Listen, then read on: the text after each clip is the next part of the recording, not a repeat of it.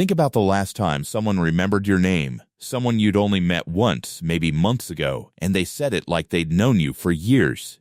How did that feel? Now think about the last time someone forgot it, mid-conversation, to your face. The difference between those two experiences is enormous. One makes you feel seen. The other makes you feel like you don't matter. But here's what almost nobody talks about. The people who never forget a name aren't just being polite. Their brains are doing something fundamentally different. And once you understand what that is, you'll never look at memory or people the same way again. Welcome back. Today we're exploring one of the most quietly powerful psychological phenomena in human social life. Why some people are extraordinary at remembering names, while others forget them before the handshake is even over. We're going to look at the neuroscience of name memory, the personality and emotional traits that predict it, the social superpower it creates, and, importantly, whether this is something you're born with or something you can actually build.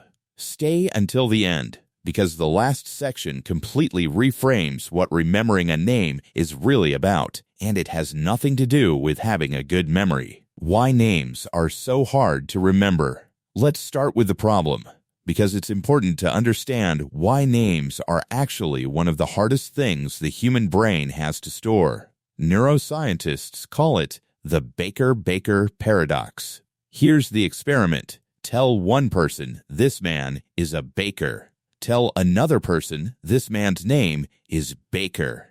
A week later, the person who learned his profession remembers it. The person who learned his name almost certainly doesn't. Why? Because Baker as a profession connects to a vast web of associations: flour, ovens, bread, warmth, early mornings.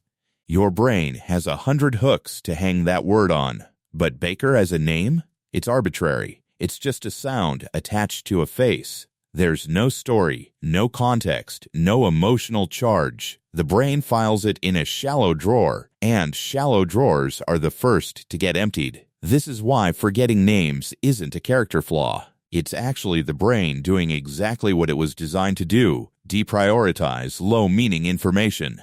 Which immediately raises the question, so why do some people remember them anyway? The neuroscience of the people who do. Research consistently shows that people who excel at name memory share something important. They are genuinely, neurologically, more interested in other people. When these individuals meet someone new, fMRI studies show greater activation in two key regions: the prefrontal cortex, which handles intentional encoding, the decision to consciously store something, and the amygdala, the brain's emotional center. That second one is crucial. The amygdala doesn't care about facts. It cares about feelings, and it tags memories based on emotional significance. When you meet someone and your amygdala fires, because you find them interesting, because something about them moves you, because you genuinely care who they are, that name gets stamped with emotional ink. It sticks. People who forget names are often not being careless. They're simply not generating that emotional signal. The meeting didn't register as meaningful, and so the brain let it go. In other words, remembering someone's name is, at its core, a measure of how much you care about the person standing in front of you. The personality profile of a name rememberer. So what kinds of people tend to have this? Psychology research points to a very consistent profile: high agreeableness. The Big Five personality trait associated with warmth, empathy, and genuine interest in others. People who score high here are naturally attuned to the humans around them. They notice, they engage, and they remember, because remembering is just an extension of paying attention. High openness to experience. People who are genuinely curious tend to find other people fascinating. Every new person is a new story, a new perspective. That curiosity creates the emotional hook the amygdala needs. Strong social motivation. There's a subset of people, particularly those in leadership, sales, therapy, politics, and teaching, who are deeply motivated by human connection. Research on charismatic individuals shows that name recall is one of their most consistent traits. Dale Carnegie wrote about it nearly 100 years ago. The science has since confirmed it. A person's name is to them the sweetest sound in any language. And the people who understand that, really understand it, use it intentionally. Lower self-focus. This one is often overlooked. People who are highly self-conscious, anxious in social situations, concerned with how they're coming across, have less cognitive bandwidth for the other person. They're using working memory to manage their own internal experience. There's simply less room for yours. This isn't selfishness, it's anxiety, but the effect is the same. The social power it creates. Let's talk about what happens when you do remember. Research in social psychology shows that hearing your own name activates a specific self-referential neural network, sometimes called the default mode network.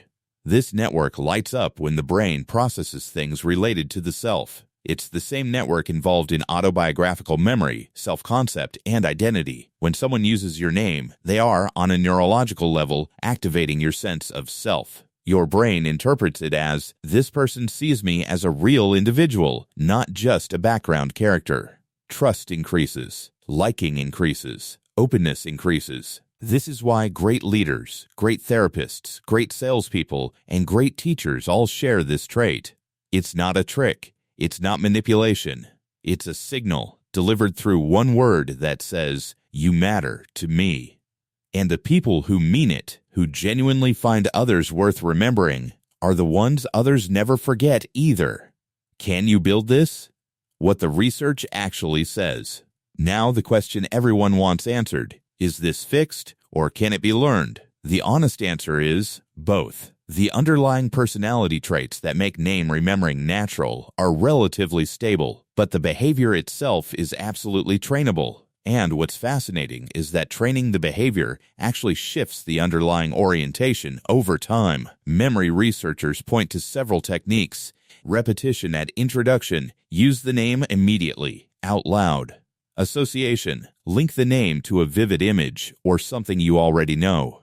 Spaced rehearsal, repeat the name internally at intervals, 30 seconds, 2 minutes, 10 minutes. But the most powerful technique isn't a technique at all. It's a decision. The decision to genuinely find the person in front of you interesting. Ask one more question. Stay in the conversation one beat longer. Let yourself be curious. The name follows naturally because the brain encoded someone worth remembering. Research on habit formation and neuroplasticity shows that deliberately practicing attention toward others over weeks and months actually reshapes the neural pathways involved. The person who was once too self-absorbed, too anxious, too distracted to remember names starts to become someone who does, not because of a memory trick, because of a genuine shift in how they relate to people. That's not a small thing. That's a change in character. Here's what I want you to take away from this. Forgetting someone's name isn't a memory problem, it's an attention problem. And attention, where you place it, how freely you give it, is one of the most revealing things about a person. The people who never forget a name aren't operating a system. They're not running a technique. They're simply people who decided, consciously or not, that other human beings are worth the effort of being known. And in a world where most people are half present, scrolling while talking, mentally already in the next conversation, that decision is rarer than it sounds, and more powerful than you think. Next time you meet someone, try it. Just once. Stay fully present for 30 seconds. Repeat the name.